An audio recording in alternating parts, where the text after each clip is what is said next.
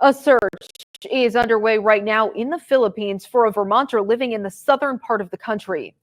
Local authorities in that area say 26-year-old Elliot Eastman has been kidnapped. Fox 44's Mike Hoey is following this story for us tonight, and he joins us from the newsroom with more. Well, Elliot Eastman originally hails from Heinsberg, Lauren, according to the Manila Bulletin. That's an English language newspaper in the capital of the Philippines. Police say he was abducted last night in Cebuco, a town on the island of Mindanao. Investigators say 4 men dressed in black, armed with M16 rifles, showed up at his home claiming to be police.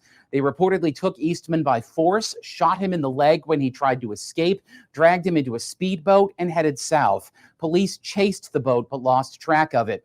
A man has been posting videos and pictures of himself on social media in recent months, including a live stream just on Thursday. His account profiles show that he's Elliot Eastman from Heinsberg, that he's married a Muslim woman from Cebuco, and that he's, quote, the first and only foreigner to have ever lived here in Cebuco for a long period of time.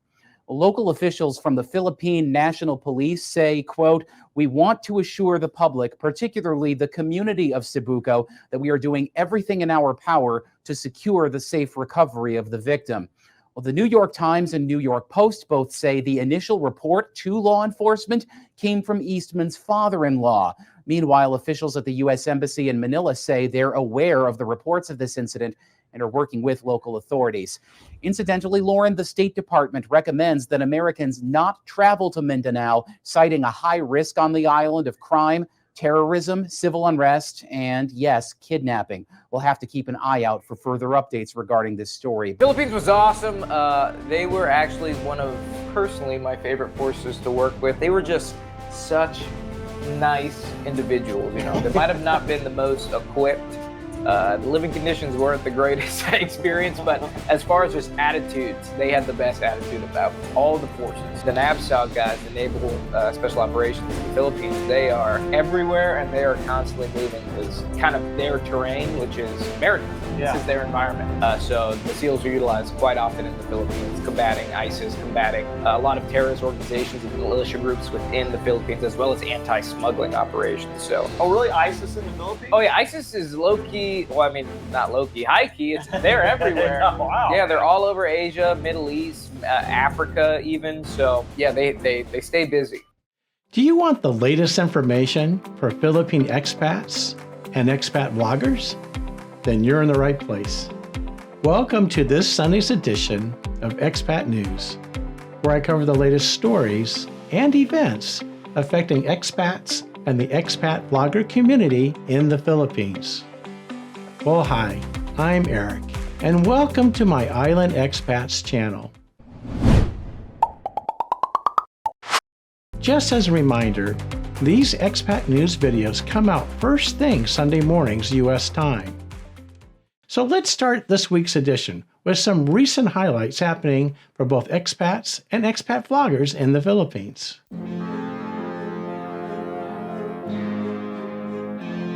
Say make money, money, make money, money, money. Make money, money, make money, money, money.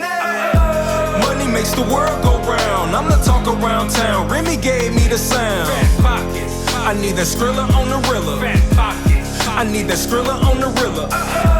Money makes the world go round. I'm the talk around town. Remy gave me the soul flavor. OTB, over the beach. This is an infiltration tactic that a lot of SEALs, US and the Philippines use. So it's either coming in on a Zodiac from the water or swimming in. Okay. So we swam in pairs of 2. This was my first time doing any type of like beach landing drill. Yeah, the water's scary, man. Like, it's so scary. It's what do you call it? The great equalizer. It is the greatest equalizer. No rules out there. The ocean doesn't care. Doesn't matter how fit you are. Doesn't matter, you know, how, you know, if you're an athlete, if you're smart, like swimming is such a vital skill. You're swimming in full plate carrier. You're swimming with a weapon in. Oh, dang. That's why flotation is so important. Because can you imagine swimming with an M60 machine gun fully loaded? No. Like, it would sink you. So there's fucking like Omaha Beach, Thin Rubber Island. Yeah. So, we've come a long way from there. So all the plate carriers have some sort of flotation to offset their weight. So then you just become neutrally buoyant, which is a big thing in diving. We want to know, would you rather invest in property here in the beautiful Philippines or somewhere else? Comment below and let us know your thoughts. What country are you from? I'm from Japan. You're from Japan. Yeah, half Nice. Japanese. Ah, okay. Yeah. So if you could buy a property here in the Philippines or anywhere in the world, where would it be? Manila. Manila, really? Yeah. Okay, where in Manila? BGC. BGC, Yeah, nice. that's my dream. Okay. Everyone wants to know where the next BGC is going to be. Where do you think that's going to be? Either in Santa Rosa or the one in Clark Global City. Clark. Everyone's saying Clark. Clark Yes. Global City. Take I note think of that. majority of the government offices are actually going to that direction, and the mere fact that there is already a construction for the new railway, All right. so I think it's the next best Construction thing. plan and the Yes, airport exactly. there and everything. Exactly. So it's the That's a next great best point. thing. Yeah. People are asking me on my social media content, where's the next BGC? You guys have any idea? They said it's in Clark City. Clark. Yeah. I've heard next Clark BGC. twice now. Yeah. Clark. Yeah. Make sure you stay tuned for the Every Couple Has a Story segment coming up shortly as I give the story how one of our popular vlogger couples have met and some of the details of their relationship. That will be followed by the Expat Lightning Round, where I cover a few interesting short clips from expat vloggers. And these will both happen right after the main content of this video. And now it's time for the video of the week.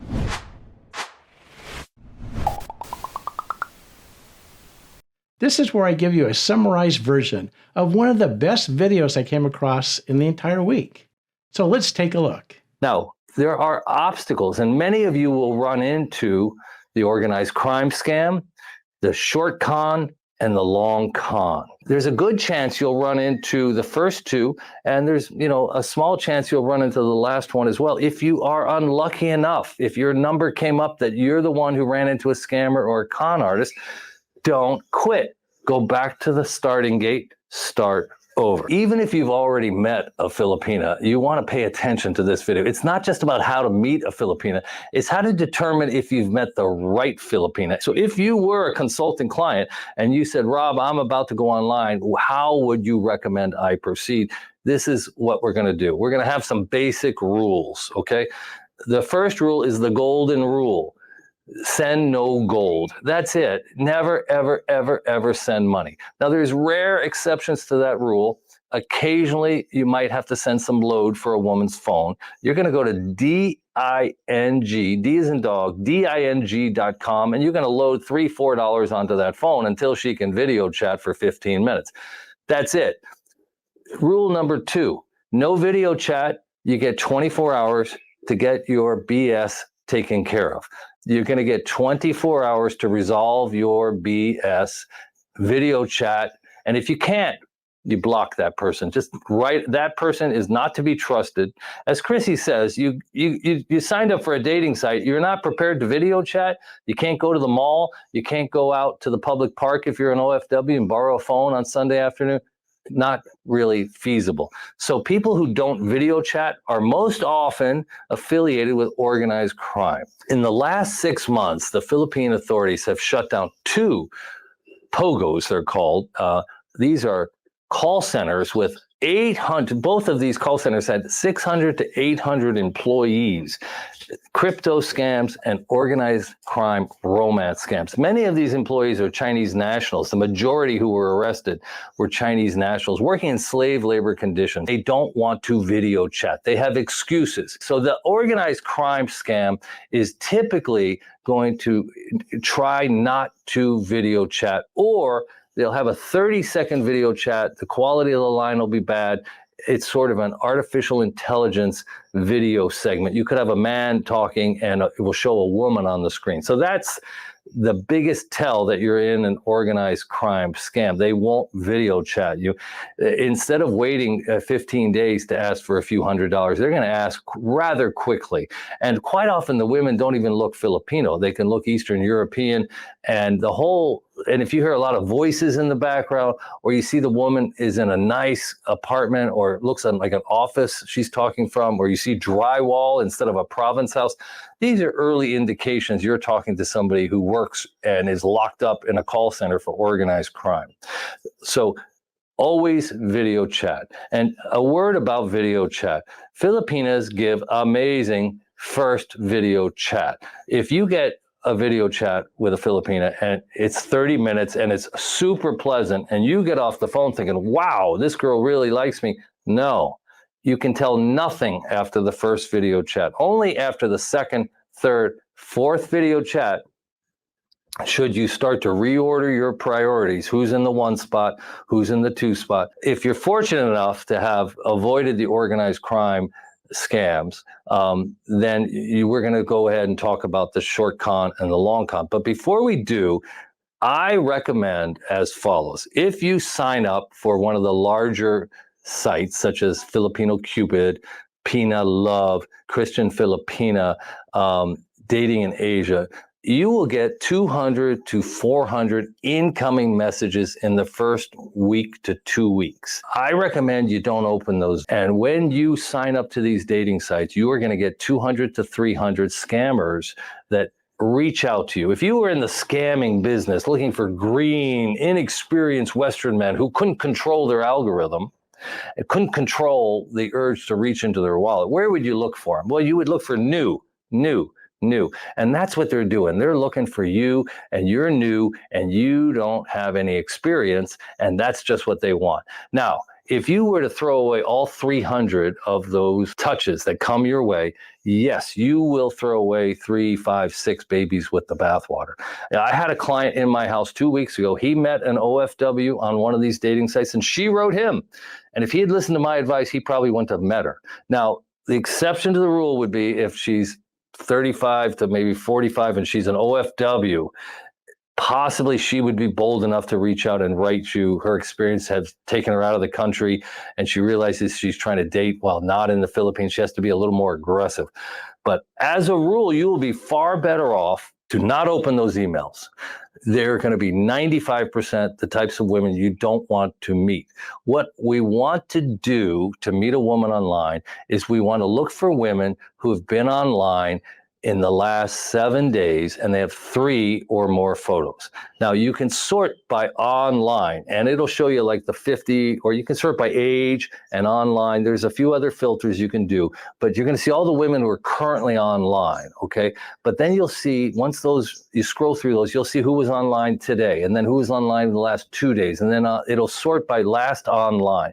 You only want to go back 1 week maximum. Okay. If the woman hasn't been online in the last week, it's not a good place for you to spend your time. And I'm going to explain to you what I call the last chance strategy and why we're going to pursue this methodology. And that's how I met Chrissy, using the last chance strategy. So we're going to ignore 100% of all these beautiful photos they're sending us, all these sexy photos being sent to us, all these scammers with the tattooed eyebrows and the Ukrainian looks. We're just going to not open those emails. And we're going to go and we're going to run our filter, and we're going to look for college educated. We're going to look for nurses. We're going to look for people of a certain age. And I recommend 27 to 33 if they have 1 child is a sweet spot. And if you're willing to have children, 25 to 30 is what I would recommend.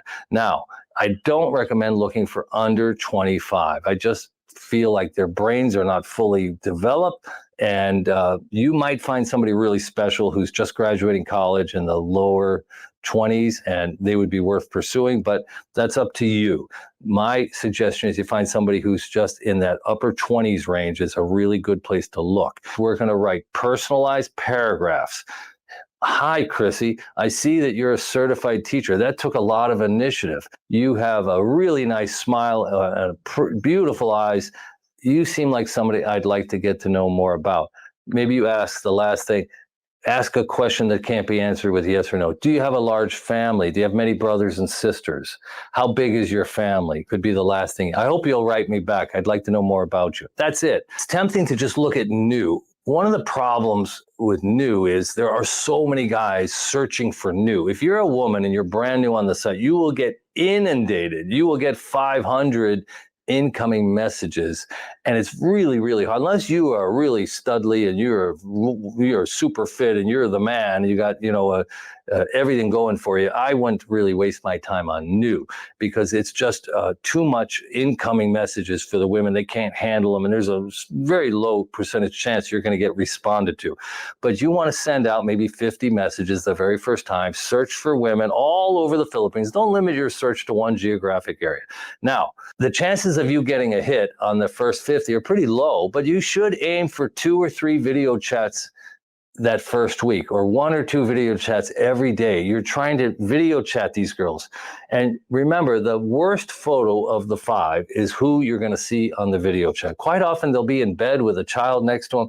There'll be roosters and dogs. It'll be hard to hear. The Wi-Fi signal will be bad. That's not a bad thing. Just be prepared and video chat and learn who these people are by video chatting. Now, what is the last chance strategy? And coming up, the short con explained and the long con explained.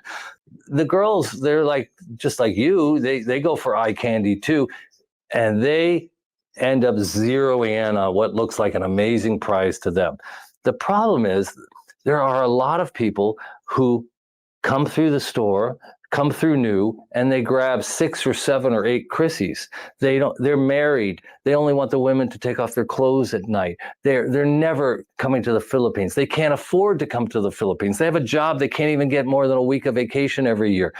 But they are players, and they grab 5, and they take 5 off the shelf. So by the time you sign up and you look on the shelves are empty for what? Chrissy's not sitting there on the shelf waiting for you to pick her off the shelf. But after you send out your initial 50 personalized paragraphs and you get 2 or 3 or 5 responses, you start video chatting. We're not going to select. What we're going to do is we're going to use this mathematical model of how to pick a wife. And imagine you had a deck of playing cards, 100 playing cards. Each card had a Filipina with their facts, their weight, their height, their education, and 5 photos. And now you're allowed to pick any of these 100 cards. You can shuffle the deck, but you have to pull them over one at a time in order. How do you pick a wife? There's a mathematical model, and I'll put a link in the description box if you want to read this article about the best way to approach this problem. And you're allowed to turn one card over, and you can marry her or never see the card again. Once you decide to keep going to the next card, that's it. That Philippine is gone forever. How would you choose? And I always tell you, don't settle. So the mathematical model that we're going to link in the description box, what it says is turn over 37 cards without choosing. So if you have 100 in the deck, you turn over 37 of the cards. You study the range of beauty, the range of education, how good their English is, their photos. And after you've looked at 37, no matter how spectacular a woman is in the first 37, this is just an educational process. You're saving 2/3 of the deck for choosing. The first third is familiarization. Now, the rule is after you turn over 37 cards, you turn over the next card. If she's better than anyone in the first 37 you pulled over, marry her. And if she's not, keep going. And you just keep going through the deck. And until you find somebody who is better than the first 37, the best person in the first 37, you got to beat her. And once you meet someone who's better than her, you make the selection. Okay, so that's what we're aiming to do here. But you're trying to get a couple of video chats every day. You don't want to choose immediately. All Filipinas are sweet. All Filipinas will give you amazing old school girlfriend experience. Don't be overwhelmed by it. They're pretty. They have beautiful hair. They're thin. Get to know the breadth of the selections available. Now, after your first 50 outbound messages, we're going to use the last chance strategy. In the morning, we're going to go into last chance. We're going to see if they have those size 12 Guccis. And if they don't, we're going to leave. And then we're going to come back in the afternoon and we're going to see if a miracle. There could be $800 shoes being sold for $100, brand new. If they do, we're going to take them off the shelf. That could be our Chrissy. Okay. And as long as you are online and until you meet that one special person who's better than everybody else that you've met so far, you're going to use the last chance strategy. You're going to go back into the store. You're going to check your size, education, this height, this weight, this age, whatever it is that's your sweet spot. Go to that section of the last chance and see if by some miracle a woman like Chrissy got tired of that player, learned that he was married, found out she was in the 2 spot and he had another woman. She's going to blow out and pop right back on the shelf at last chance. And that's what you're looking for. The really fantastic opportunities, the women who are way above your pay grade, they're going to reappear mysteriously on the shelf. Now, they will be there not just for the hour like a pair of shoes where you could grab them and they're yours. Until you get her off that dating site, if she's there for 3, 4, 5 days before she takes her profile down, well, you got a competitive situation on your hand because you're not the only one with eyeballs. And if Chrissy's on the shelf and you bump into her and you go, holy, what the heck is that doing there? And you start texting her, you start video chatting, she's going to have 15 other men that wrote her that day, and maybe another 100 who write her on day 2, 3, 4, and 5. Now, she won't be able to deal with the other 100, and she'll be already in process with the first 15. So if you make it in the final sort and you're in the batch of 5, in day 2 and 3 and 4, you're competing. You're going to go back and you're going to look for that Chrissy that shouldn't be there, but she is there because she got played, she got twisted, somebody just emotionally scammed her, and she's had enough of him. He looks like Brad Pitt, he's got money, blah, blah, blah, but that's it. She's back in the store, and you just happen to be in last chance when she's there. Having met somebody that is worth meeting doesn't mean you're done. You're susceptible to, even though you didn't respond to her and you reached out to somebody, you're still susceptible to the short con and the long con. It's very unfortunate. There's no getting around it, and there's no way to determine it in short order. So you have to trust but verify. You're going to video chat twice a day, and somewhere around the 10th day, between 7 and 14 days, the short con will make itself known. The woman you meet will do everything a woman should do. There'll be no suspicion. She won't say or do anything that would give you any cause for suspicion. Your job is to follow the golden rule and share no gold, send no money, offer no money, fix no financial problems. Even if she hints that she has no food to eat, or she hints the clothes is torn, the kids don't have money for a uniform, you just say, until I meet somebody in person, my rule is I don't send money. Now, if she hints really, really hard, well, that's the short con. But usually the short con will reveal itself when they ask for approximately 150 to 250 US dollars. The people that run the short con, if you're being trained on how to run the short con, what you're told is do everything right. Pretend you're in love, video chat for an hour in the morning, an hour at night, be the girlfriend these men want. And then once you have established your relationship, and once you've become really intimate with that person, then give them the sob story. The dog's at the vet, the child hit its head, grandma's in the hospital, my business is involves sewing and the sewing machine broke down, I'm out of business without a new sewing machine. It doesn't matter what it is. 100%. If you have had to give 200 US dollars in the first 15 days, you are a victim of the short con. You need to block that person. You've invested a lot of time and effort. You thought you were successful. You need to block that person, go back to the beginning and start over. Start looking in the last chance store, looking for that perfect person. It's really important. A large percentage of men, maybe even as large as 50%, when they think they've met the perfect Filipina, they will learn within 10 to 15 days they are the victim of a short con. Now, organized crime does it a little bit differently. They try and pop you in the first week, in the first 5-6 days, they hit you with a sob story very quick. There's quotas and there's bosses looking over their shoulder, and they're trying to see how gullible you are. And once you come up with $300-400 for the organized crime, they will hit you with some ridiculous amount of money, usually thousands of US dollars in that second week. And that's a sure sign you're involved with organized crime. The long con. Unfortunately, if you are involved with the long con, you will not be asked for money at the 2-week mark. The person who plays the long con is going to do everything right for months at a time.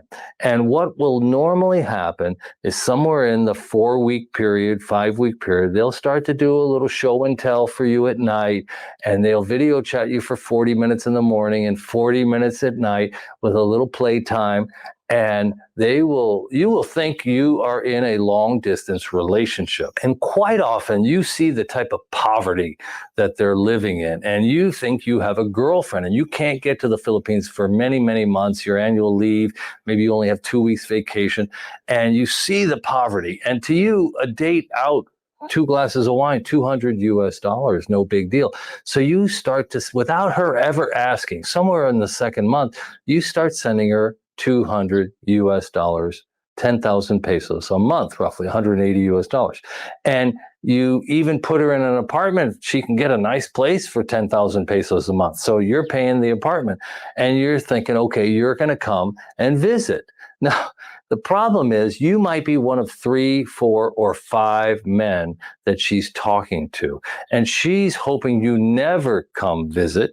But if you do come visit, you only come for a week, because she can keep you in the game and she can keep the other men in the game if you're only here for a week. Some of these women will have their boyfriends and their husbands pretend to be chauffeurs and pretend to be relatives. And they will drive you to the Airbnb and watch you take their wives right upstairs and stay with them for 1 week at a time. And she'll claim she's ill. She claims she's in the country visiting relatives and she can't call. The other men, she can kind of juggle them for about a week or maybe 2 even. But if you come to the Philippines for 3 weeks, 4 weeks, you'll flush out the long con. As soon as you start on this 2nd, 3rd, 4th video chat, you start to get some real feelings. You start to build some intimacy with this Filipina. You need to try and find her real Facebook page, not the transparent page with 20 friends or 40 friends that she hardly ever has any postings on. The real Facebook page, the one she's had since she was 17. And if she says she doesn't have a Facebook page, red flag. If she says this is the only Facebook page she has and it's all BS, red flag. There's a real Facebook page out there for your Filipina. And until you find it, you don't really know who you're talking to. And until you come and meet her in person, you don't really know who she is and the real Filipina. These women need to be able to send you their high school graduation picture. Every one of them has one. It'll have the date and their name. You should be able to show your passport and cover the passport number and ask them to show a driver's license or a school or work ID. But for me, until I can see their Facebook pages, and I know they don't have tattoos maybe, or they haven't been out with other Western men. And there's all sorts of breadcrumbs on these Facebook pages, which link to their mom and their sisters and their high school mates. And even though she's deleted the flowers she got from the Western man, their mother might be so proud of the fact their daughter got flowers, it'll be on the mother's Facebook page, not deleted. So a little bit of investigation, open source reviewing of social media is required. Now, you are a walking lottery ticket, earning 3, 4, 5 times as much as a Philippines airline pilot. An airline pilot only makes $1,000 a month. Here you are walking around, Mr. Western pension retired guy, earning 3, 4 times what an airline pilot makes. As soon as they ask you, where's your wife? Where's your girlfriend? They are interested, period, the end. Now, it's very, very easy. Almost anything. Can I get your phone number? Can I meet you for coffee after work? And always remember, when meeting a woman in public, you approach from a 45-degree angle, never direct. Never approach a woman. Never walk right up to a woman and speak to her. Always move cautiously, not super slow, but very steadily from a 45-degree angle. And if she's with a girlfriend, you speak to the girlfriend first. That's dating 101. So boots on the ground in the Philippines is easy if you just want company and you want someone to spend some time with. If you want to meet a wife, now that's a little bit more difficult, and you're going to have to spend some time. I always recommend, if you come here without a woman, you go right to the IT park in Cebu City. You stay in Avito Tower 1, Avita Tower 2, 5 to 7 days. You're in the supermarket, you're in the mall, you're at the coffee shops, you're across the street at the night market. No need for car, no need for transportation. The sidewalks aren't buckled. It's just one place, and there's a lot of English-speaking girls that wear makeup and have nice hairstyles. They're a little prettier than what you'd find in most places, and maybe because they work and they have salaries. You have to use the mathematician system. You have to familiarize yourself with the possibilities. Become aware of the qualities that you could find. Don't pick the first Filipina who's in her 20s, who pays time and attention to you. Wait until you've seen the selection. Beware of the short-term con. It will show up 7 to 15 days, $150 to $250 request, or if they don't ask for it, they'll hint at it, okay? And then be aware, even though you get past the short con, there's always the possibility, if you can't get here for 6 months, you can't get here for a year. When you do get here, she can't pull it off anymore, and you'll find out it was a long con. She's married, she's talking to 3 other men, she's been getting $200 a month from 3 other men. You're going to be heartbroken, so don't count on anything until you get here. Trust but verify. Find someone you can talk to. And now for our Every Couple Has a Story segment. Let's see what we have in store for this week's vlogger couple.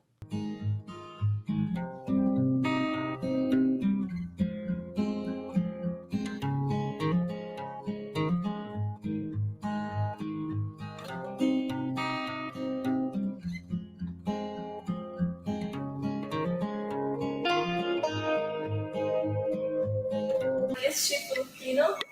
Is she Filipino? So a lot of people, they ask if she's Filipino. She is Filipino. Half Filipino. We love Filipino. So, my wife is half Filipino, half German. So yeah, so she still has Filipino blood. Now she's half Filipino, half German.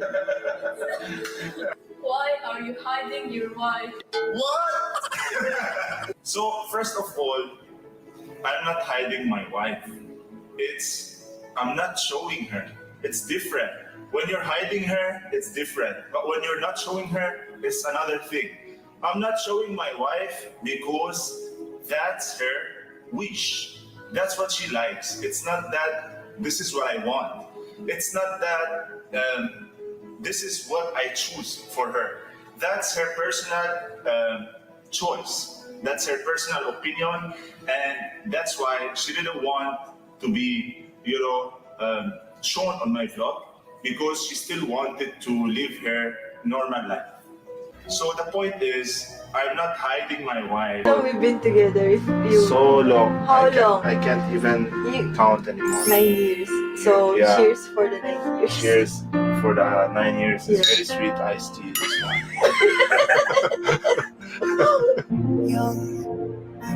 Didn't wanna be exposed. Just relax, try to breathe. Though it was cold, It's gonna be fast. we were never wearing proper clothes. Always trying to be cool, trying to be those bad guys. Alright, let's go. This is my baby boy. Always trying to be cool, trying to be those bad guys, I still think about what we had when we were younger. We were never running out of time. Okay, and you take this. Oh, that's your sister. Yeah. Kiss your sister. Oh, so sweet. Oh, he wants to kiss me also. Kiss mama. Oh, kiss daddy. Kiss daddy. Me, kiss. Yeah. Oh, so sweet, my boy.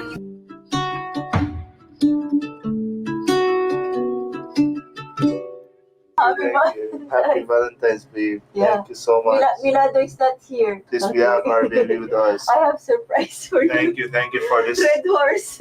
We have red horse. Cheers. Cheers, babe. This is alcohol. This A red horse? Yeah. It's iced tea. You're lying to me. Of course, you have a baby. How can you drink alcohol, babe? I really love it. Thank you so much, babe. The only thing missing is the candle. Thank you so much, babe, for being part of my life. Be the one to motivate me and to give me energy to keep going, you know? Despite all what happened to us, the ups and downs, you were there for me. Yeah. You and Milad and our upcoming baby. She's sleeping now. How long we've been together? So long. How long? I can't even count anymore. 9 years. So Yeah. cheers for the 9 years. Cheers for the 9 years. It's very sweet. I love you so much, Anila. I love you too.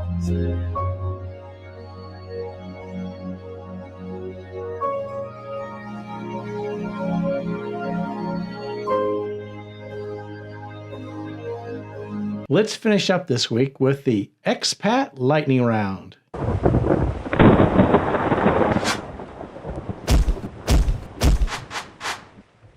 Where I quickly cover interesting clips from expat-related channels. After repeated Federal Expresses, multiple trips to City Hall, half a dozen trips back and forth to the Hall of Justice, we finally got a date and we were able to notify people that we have a wedding planned. And we picked a wedding venue, and very, very soon we're going to be able to share that with you.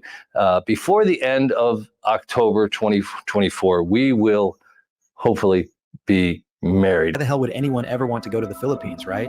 It's a third world country, they warned me.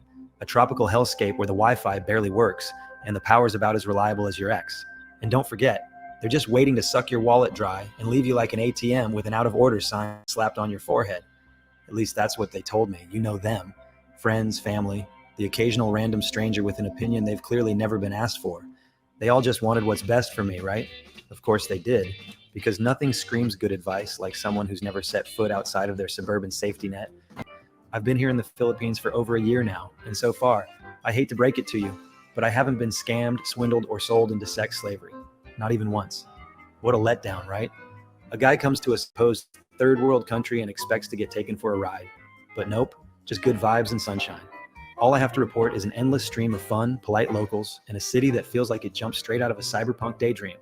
That's right, folks, BGC Manila is less third world and more futuristic metropolis meets tropical wonderland. Blade Runner with a bit of palm tree flair. But wait, I can hear you asking, but isn't the Philippines poor? Yeah, there are poor parts. Guess what? There are poor parts in the US too. You ever been to Detroit? How about rural Mississippi? I mean, let's not kid ourselves here. Every country's got its blemishes. So that will do it for this edition of Expat News. Be sure to like and subscribe and hit the notifications button so you can be notified of future videos once they're available. I'm always interested in your thoughts on these expat news and other videos, so please let me know in the comments section your thoughts of this edition. Thanks for watching, and we'll see you next week.